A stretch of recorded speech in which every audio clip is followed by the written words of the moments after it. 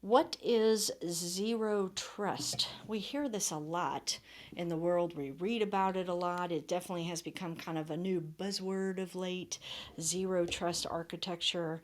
And you see all the various different acronyms. Of course, the vendors are taking advantage of that language. And so it's definitely, a lot of it's kind of a marketing idea. So I wanted to take this opportunity to, from a theoretical standpoint, what is zero trust and what should we be thinking about it? So let's kind of dive into that. So, zero trust is really a methodology shift for networking. So, in the past and back in the day, you would network architects would design the networks such that there was a perimeter, and then everything within that was trusted. Well, zero trust kills that. Now there is no trust, and there is no overarching perimeter that within here we trust.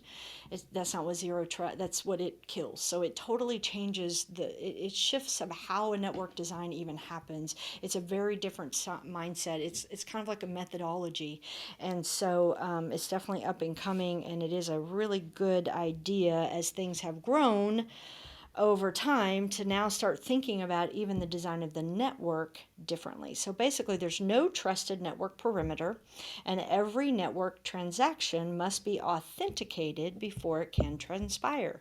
So everything is trust but verify. Never trust, always verify. It's exactly what it says here. Everything is trust but verify. Devices, people, data, everything. And so that's it's just again it's a totally different methodology where previously it was back in the day we all sat in four walls of an office and everything was just within the office and minimal connection to the outside world, but now that's completely obliterated. Now we've gone from that to cloud to remote working to people all over the planet being connected as though they're sitting next to each other. So it's just a different world, and so networking design needs to change as well. And so that's really what this new architecture is. And so the focus in zero trust is on critical assets. And so this is where within healthcare technology and with financial services, this becomes very popular because we want to protect what's most important to protect, which is ultimately people, right? And so we want to protect people's identity. We want to protect their health information. We want to protect their financial information. I mean, all that's regulated data. So you get in trouble if you don't protect that stuff anyway. But just as being a good steward of the organization, you want to seriously protect all of that. And so zero trust allows you to put additional technical control and additional focus on really what are those critical assets that need to be extra ultra protected. But here's what's funny. In order to even implement this, you got to know what those are. And so I work with companies all the time that they don't even have a list of their assets. They can't even produce that, much less, and not necessarily tiny companies. I've worked for enterprises that can't even produce a list of assets. It's very prevalent, unfortunately. And you can't protect what you don't know, right? And so if you can't even produce a list consistently of your assets, and how are you going to build these technical controls around your critical assets? Because now what are your critical assets inside of your overall assets? And so there's where the dynamic becomes, right? Where all of this kind of fits together as an overall program. So it used to be old assumptions that resources within the enterprise network perimeter should be trusted and sees trust, but now zero trust security sees trust as a vulnerability, which is great. I love the way they said that. Sees trust as, this is a VMware article, by the way, sees trust as a vulnerability. So if I assume, let's just take my house. If I assume everything within my house can be trusted, everyone, dogs, people, whatever, can be trusted, I'm going to let my guard down, right? I'm be like, okay, I'm good. I can just relax. But if I assume that nothing in my house can be trusted, no person, no animal, no nothing, now I'm vigilant. Now I'm thinking, okay, what do I need to do? What controls do I need in place? What could go bad? What could they do wrong? What could they do wrong on purpose, not on purpose? All these different things. And so it changes my mindset, which then will change my solutioning. And so that's where this is very important, because now it assumes even within my four walls, I really don't have that trust. So if I assume that trust is there, it actually becomes a vulnerability to me because it means I'm not putting the controls in place that I need to put into place. So no attempt, trust architecture, no attempts are made to create a trusted network.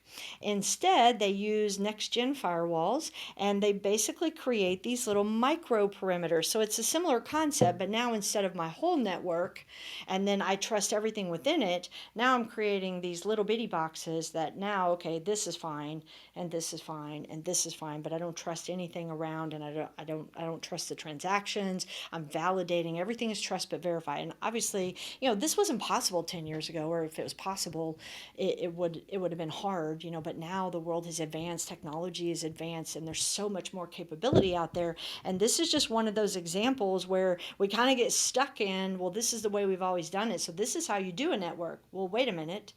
Is that really how we do a network? And so this is kind of challenging to that next level of maturity of thinking, even in how the network is operated. And then obviously it wouldn't be possible if you didn't have the technology, but now the technology is there. And then of course, zero trust doesn't depend on a particular location, where again, back in the day, we assumed a single location. And so it was easier to build, the four walls and protect everything that was in it, or trust everything that was in it. But now workforces are all over the planet. We saw that a lot this past year, and so definitely, it's just a different world. And so this is really the core principle of zero trust, is to discard the outdated belief that anything within the network is safe. That really is what it is. It is not a technology or a product. It is a way, so like a method of securing business critical assets from prying eyes, blah, blah, blah. And they do use products like next-gen firewall, multi-factor authentication, this micro segmentation, least privilege, which is your access control. But here, I love this. There's no single approach or technology for zero trust. So be warned. Manufacturers are jumping right in on the zero trust marketing train, right? But ask the questions. Be warned. Is this really what this is? We went to a conference a few weeks ago, and it was funny. I think I saw zero trust by every single vendor that was there, and I'm like, really?